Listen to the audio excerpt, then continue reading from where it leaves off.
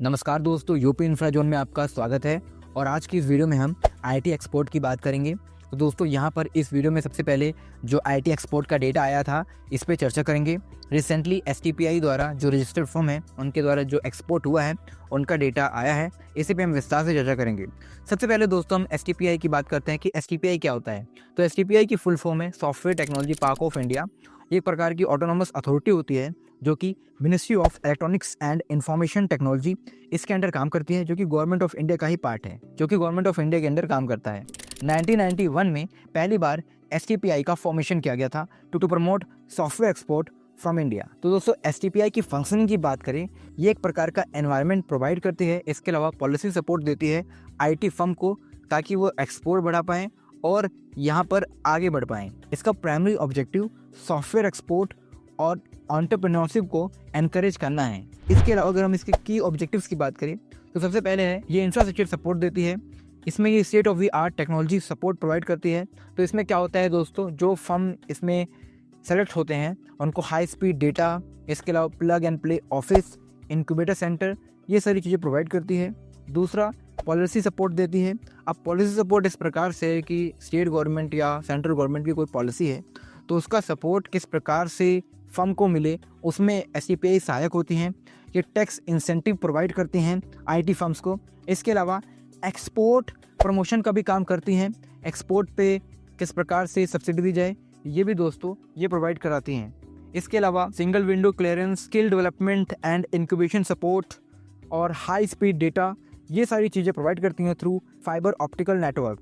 इसके अलावा IT companies को बेनिफिट जैसे कि टैक्स एग्जम्पशंस, एक्सपोर्ट प्रमोशन और कॉस्ट इफेक्टिव इंफ्रा, ये सब प्रोवाइड करती हैं, जो कि जो स्मॉल स्टार्टअप्स होते हैं आईटी के क्षेत्र में उनको हेल्प करती हैं। दोस्तों कोई भी आईटी कंपनी जब इंडिया से एक्सपोर्ट करती है तो अपने आप को एसटीपीआई में रजिस्टर करती है। हालांकि ये नेसेसरी नहीं है, लेकिन एसटीपीआई में रजिस्टर होने के कारण जो यूनिट्स हैं उनको बहुत ज़्यादा बेनिफिट होते हैं, चाहे वो टैक्स हो या फिर एक्सपोर्ट में इंसेंटिव हो, ये सारी चीज़ें हैं। एसटीपीआई बहुत सारे शहरों में रजिस्टर की गई हैं, लेकिन किसी शहर के अंदर एसटीपीआई रजिस्टर है इसका मतलब ये नहीं है कि केवल वो उस शहर तक सीमित है। एसटीपीआई का एक जुरिसडिक्शन एरिया होता है, ये एक बड़े एरिया को कवर करती है। जैसे कि एक समय जो एसटीपीआई नोएडा है इसका जुरिसडिक्शन एरिया बहुत बड़ा था, पूरे वेस्टर्न यूपी हरियाणा को कवर करती थी। उसी प्रकार जब डिमांड बहुत ज़्यादा आ जाती है, नए नए एसटीपीआई बनती हैं और जो जुरिसडिक्शन एरिया है वो कम होता रहता है। तो यहाँ पर दोस्तों उत्तर प्रदेश के अंदर बात करें तो एसटीपीआई नोएडा है जो कि 1993 में फॉर्म की गई थी। एसटीपीआई लखनऊ 2001 के अंदर, एसटीपीआई कानपुर 2002 के अंदर, एसटीपीआई प्रयागराज 2003 के अंदर, एसटीपीआई मेरठ 2021 के अंदर और एसटीपीआई आगरा जो कि रिसेंटली एस्टैब्लिश हुई है। इसके अलावा गोरखपुर, बरेली और वाराणसी, यहाँ पर एसटीपीआई पे काम चल रहा है। 2019-20 के डेटा की बात करते हैं तो यहाँ पर दोस्तों 2019-20 में एसटीपीआई रजिस्टर्ड यूनिट्स द्वारा जो एक्सपोर्ट किया गया है उसकी बात करते हैं तो बेंगलुरु इसमें टॉप पे है जहाँ 2 लाख करोड़ का आईटी एक्सपोर्ट किया गया। दूसरे स्थान पे हैदराबाद है, 60,000 की वर्थ वाले आईटी एक्सपोर्ट किए गए। तीसरे स्थान पे है पुणे, 50,000 की वर्थ वाले सॉफ्टवेयर एक्सपोर्ट किए गए। चौथे स्थान पे चेन्नई है जहाँ 40,000 के करीब 40,000 की वर्थ वाले सॉफ्टवेयर एक्सपोर्ट किए गए। और पाँचवें स्थान पे मुंबई है जहाँ लगभग चेन्नई जितना यानी कि 40,000 के वर्थ वाले सॉफ्टवेयर एक्सपोर्ट किए गए। और पाँचवें स्थान पे यहाँ दोस्तों एसटीपीआई नोएडा है। अब दोस्तों मैं एसटीपीआई नोएडा क्यों कह रहा हूँ उसका भी कारण आपको पता लगेगा, जहाँ 50,000 के सॉफ्टवेयर एक्सपोर्ट किए गए थे। ये चौथे स्थान पे था आफ्टर बेंगलुरु, हैदराबाद एंड पुणे। यहाँ पर दोस्तों केवल एसटीपीआई नोएडा क्यों लिखा गया इसको मैं आपको बता देता हूँ। 2019 से पहले एसटीपीआई नोएडा का जो जुरिसडिक्शन था ये पूरे एनसीआर को कवर करता था, जिसमें गुरुग्राम भी शामिल था। यानी कि गुरुग्राम से जो रजिस्टर्ड यूनिट्स थी उसका भी एक्सपोर्ट नोएडा के अंतर्गत आता था। लेकिन 2019 के बाद एसटीपीआई गुरुग्राम को एज अ ऑटोनोमस एसटीपीआई घोषित किया गया और उसके बाद दोस्तों ये एसटीपीआई नोएडा से अलग हो गया। इसका जो जुरिसडिक्शन है ये हरियाणा और गुरुग्राम तक सीमित है और इसलिए दोस्तों अब इनका डेटा अलग अलग आ रहा है। और इस हिसाब से देखें तो उस टाइमलाइन में 25,000 करोड़ का सॉफ्टवेयर एक्सपोर्ट गुरुग्राम से हुआ था, 25,000 करोड़ का सॉफ्टवेयर एक्सपोर्ट नोएडा से हुआ था। अब जो लेटेस्ट डेटा है उसको देखते हैं, 2024 तक का है। तो दोस्तों इसके अंतर्गत बेंगलुरु द्वारा 4 लाख करोड़ का एक्सपोर्ट किया गया है, जो कि सबसे ज़्यादा है पूरे भारत के अंदर, इसीलिए इसको आईटी कैपिटल कहा जाता है। दूसरे स्थान पे हैदराबाद है जहाँ 1,10,000 करोड़ का आईटी एक्सपोर्ट किया गया। तीसरे स्थान पे पुणे है जहाँ 1 लाख करोड़ का सॉफ्टवेयर एक्सपोर्ट किया गया। इसके अलावा चौथे स्थान पे चेन्नई है जहाँ 70,000 की वर्थ वाले सॉफ्टवेयर एक्सपोर्ट किए गए। वहीं मुंबई में भी लगभग चेन्नई जितना ही आईटी एक्सपोर्ट किया गया। 5वें स्थान पे गुरुग्राम में 53,000 करोड़ की वर्थ वाले सॉफ्टवेयर एक्सपोर्ट किए गए।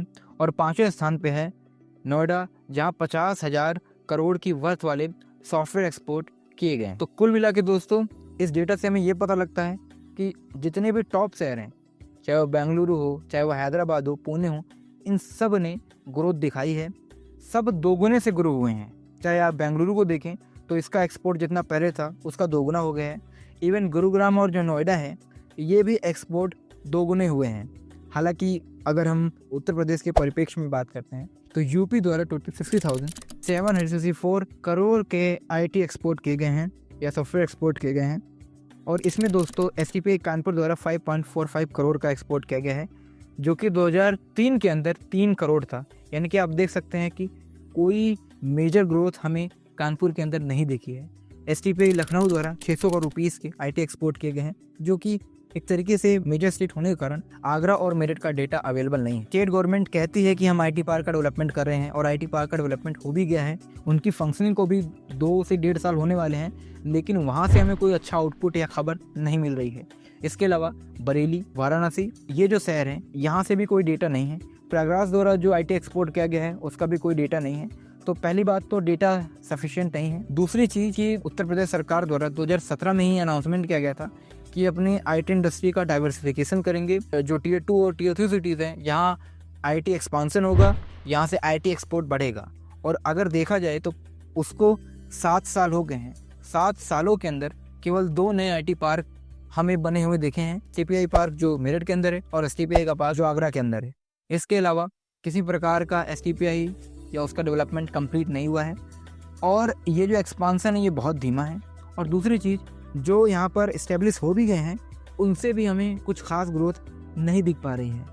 अब दोस्तों यहाँ पर सरकार को कुछ ना कुछ करना चाहिए ताकि धीरे ही सही लेकिन कम से कम एक्सपोर्ट तो शुरू हो। हालांकि दोस्तों 7 साल लग गए हैं और जो ये खबर है ये बहुत ही ज़्यादा निराशाजनक है कि परफॉर्मेंस बुरा रहा है, लेकिन कुछ ऐसी चीज़ें हैं जिससे हमें थोड़ा ऑप्टिमिस्टिक हो जाना चाहिए।